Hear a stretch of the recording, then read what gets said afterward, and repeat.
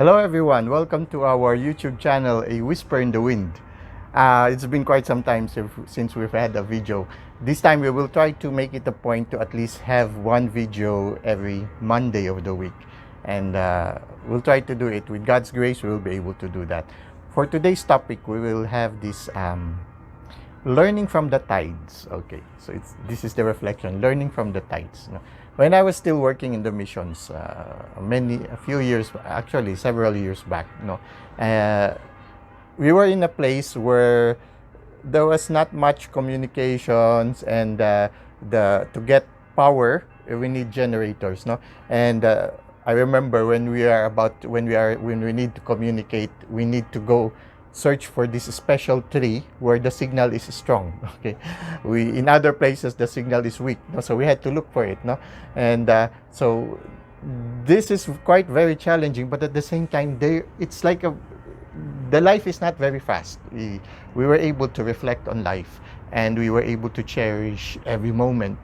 The weather changes very much. In one day it changes very much, and one of the reflections or one of the experiences I had there was when I was one day walking through the seashore, and there were a lot of coral. We had a lot of coral areas there, and then what happened was that one day the sun was about to set, and we were walking by the seashore, and then we saw that the tide slowly receded, so from high tide it slowly transformed into low tide. It's one of those cycles of the sea.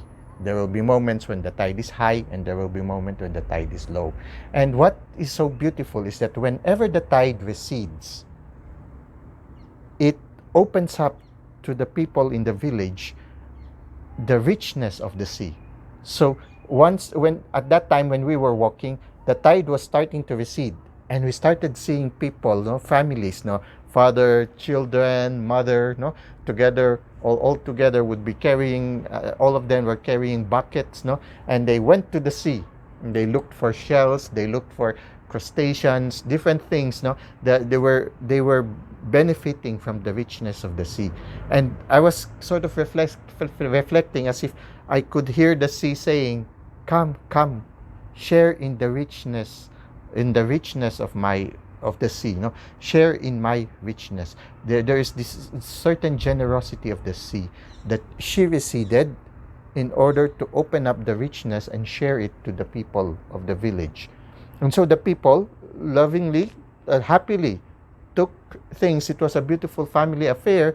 Everyone, actually it's a beautiful community affair, so everybody was there taking whatever food they could get from the richness of the sea.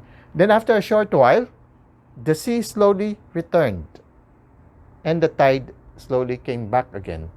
So the tide slowly rose up again. It's as if the sea was saying, "Okay, you've already taken enough for several days that you can already benefit from the richness. It's time for me to replenish myself. It's time for me to replenish myself." So the sea slowly receded, and the people respected it. The people respected that it's time to let the sea recover the richness that it has, in order for the sea to be able to recover again. They were looking forward for another day, that for the sea to again recede and again share the richness. So it's the same for us. When we live a life that is intended for generosity, when you try to live a life that is unconditional, you give from the richness, from the fullness of your heart, from the fullness of the grace that you are receiving from the divine, from God. And what happens is that we need also to have some time for ourselves to recover. It's not always just the giving and giving and giving to the point when you become sick already, you lose your resources already, you become tired already, sometimes you even lose your patience, and you no longer have this generosity to give to the people. So it's very important for us also to recover, just like the sea. The sea is very generous. It recedes and shares whatever it has to the world, but at the same time it also needs time to recover, to replenish itself. So it's the same for us. I think there's a need for us also, especially those who are working in works that are dedicated for service. No, it's important for us also to have our time for ourselves. It's also generous. Also, it's also wonderful also to have time for our family. So we should always make it part of our daily schedule to have time for ourselves. Like for example, maybe we can wake up earlier to have that time just for ourselves, where the cell phone will not disturb us, and then we are able to do the things that we like to do. It can be also at the at the end of the day, at late at night, but usually we are already tired. So one of the best things to have this is to wake up a little bit earlier and to have that time just for ourselves, time to pray, time to just relax, time to do the things we want to do, time to pamper ourselves, to check our health, to do some exercises. These things are me time. Like for example, every day, if we can just have 1 to 2 hours just to ourselves, no, and time for silence and prayer also. It's good also to start the day in the hinges of our life. Like for example, just before the sun rises and just after the sun sets, to have at least 5 minutes to 10 minutes just praying to the Lord, thanking the Lord for the new day, and at the end of the day, thanking the Lord for the beautiful things that they have received for the day.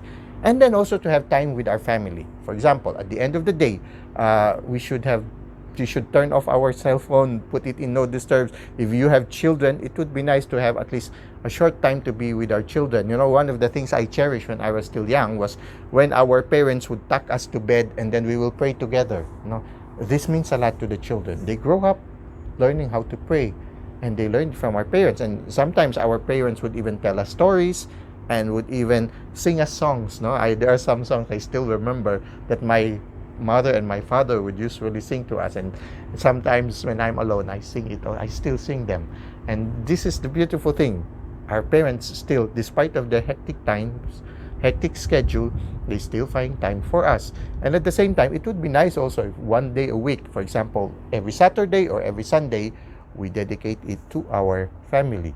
If we are still single, happily single, then we dedicate it to ourselves. If, for example, you are interested in art, then maybe you spend 1 day in the week just working on your art, or writing, or creating films, or YouTube films. Okay, so these things. So it's like that. Learning from the tide is learning to be generous, but at the same time also being generous to ourselves. So the generosity to the world is replenished by being generous also to ourselves. When we constantly give time for us to recover and to receive graces from the divine or from God, then we have much more things, much more in the richness of ourselves to share to the rest of the world. Well, that's it for now. Until next time, always remember that you are not alone and you are loved. Until next time, have a great day. God bless.